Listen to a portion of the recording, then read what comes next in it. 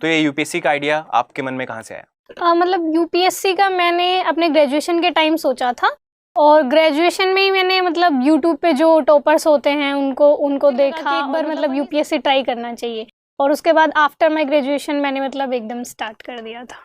और जैसे कि हम जानते हैं आपने तैयारी ज्यादातर घर से ही की है। यस। तो दिव्या, कितनी मुश्किलें आई कि आप घर से अपने एक छोटे से कमरे में बंद होकर के आप तैयारी कर रहे हैं, आपके पास वो एक्सपोजर नहीं है जो यूजुअली सिटी में मिलता है। जी। तो कैसा था वो, कितनी मुश्किलें आई? मतलब हम ये तो नहीं कह सकते एकदम कि मुश्किलें ही उनको कहेंगे, मतलब मैं इंजॉय करती थी, मुझे ऐसा नहीं लगा कि बहुत ही मुश्किल है, लेकिन थोड़ा सा बस ये होता है कि आपके पास सोर्सेस कम हो सकते हैं, जैसे गांव में मैगजीन आपको अवेलेबल नहीं हो पाएंगी, या फिर टेस्ट सीरीज, मतलब आप जो टेस्ट लिखेंगे उनको इवेल्युएशन के लिए कोई आपको नहीं मिल पाएगा, लेकिन मैं ऑनलाइन मतलब ये चीज़ें अरेंज कर लेती थी, जैसे इवेल्युएशन हो या फिर मैगजीन्स हो।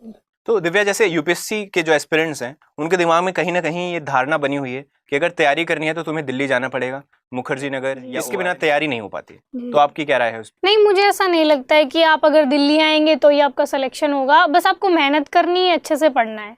तो मुझे लगता है वो आप घर पे रह के भी पढ़ सकते हैं, और मतलब अगर आप कंफर्टेबल हैं तो दिल्ली रह के पढ़ सकते हैं। और आपने कोई कोचिंग भी नहीं की थी, आपने सेल्फ स्टडी की है? जी। तो दिव्या, अगेन कोचिंग को लेकर के आपका क्या ओपिनियन है? क्योंकि ये अगेन लगता है लोगों को कि अगर हम कोचिंग नहीं कर पाएंगे तो शायद हम डिसएडवांटेज पे रहेंगे।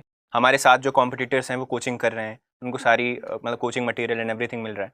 तो आपको क्या लगता है कोचिंग का क्या रोल रहता है, कितना इंपॉर्टेंट है? मुझे ऐसा लगता है कि कोचिंग मस्ट तो नहीं है, मतलब ऐसे बहुत से टॉपर्स मैंने खुद देखे हैं, मतलब जो मेरे बैच के भी हैं या पहले भी, जिन्होंने विदाउट एनी कोचिंग मतलब सेलेक्ट हुए हैं। तो मुझे ऐसा लगता है बस कोचिंग से आपको ये फायदा हो सकता है कि गाइडेंस, लेकिन ऐसा नहीं है कि कोचिंग जरूरी है, आपको अपने आप पे भरोसा रखना है और बस मेहनत करनी है। तो मुझे लगता है वो विदाउट कोचिंग भी बिल्कुल किया जा सकता है। यस। करेक्ट। अक्सर लोग ऐसा कहते हैं कि जो बोलते हैं कि फर्स्ट अटेम्प्ट में क्लियर कर लिया, झूठ बोलते हैं। तैयारी लोग 4-4 साल से कर रहे होते हैं।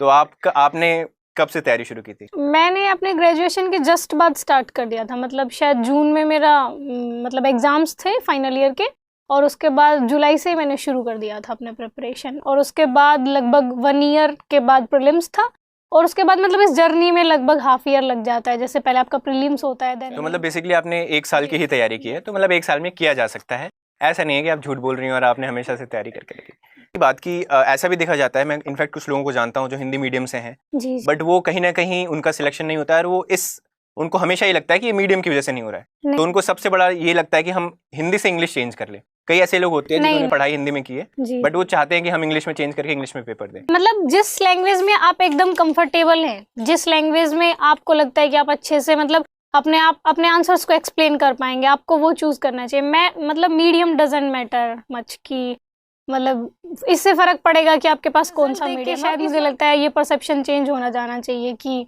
सिर्फ मीडियम वजह होता है सिलेक्शन ना होने का। करेक्ट। सो करीब इस बार टॉप 110 में तीन चार लोग टॉप हैं। 20 में भी 2 लोग हैं शायद। अब स्टेजेस के हिसाब से चलते हैं प्रिपरेशन की, जैसे पहला स्टेज प्रीलिम्स का होता है।